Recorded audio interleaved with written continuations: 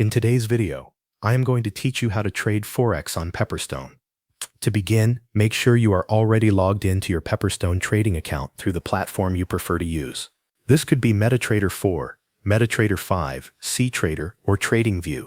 Once you are inside the platform, go to the Market Watch section or open the Symbols panel. This is where you can view the instruments available for trading, including Forex pairs. Next, find the currency pair you want to trade. Common examples include EUR/USD, GBP/USD, and USD/JPY. Select the pair you want so you can prepare your trade. After that, open the order window. Depending on the platform you are using, this may appear as New Order, Trade, or a direct buy and sell option next to the symbol. When the order window opens, choose the order type you want to use.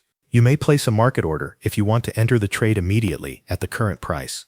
You may also choose a pending order if you want the trade to open later at a specific price level. Select the option that matches your trading plan. Now enter your trade size or volume. This determines how large your position will be, so make sure you choose an amount that fits your risk management strategy. If you want more control over the trade, you can also set a stop loss and a take profit. A stop loss helps limit potential losses if the market moves against you. A take profit automatically closes the trade once your target price is reached. Before placing the trade, review all of the details carefully. Check the currency pair, the order type, the volume, and any stop loss or take profit levels you added. Once everything looks correct, place the trade.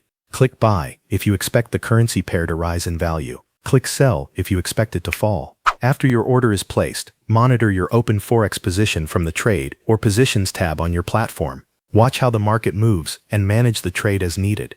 When you are ready to exit, close the position manually, or let the trade close automatically if your stop loss or take profit is triggered. That covers everything you need to know. Thanks for watching.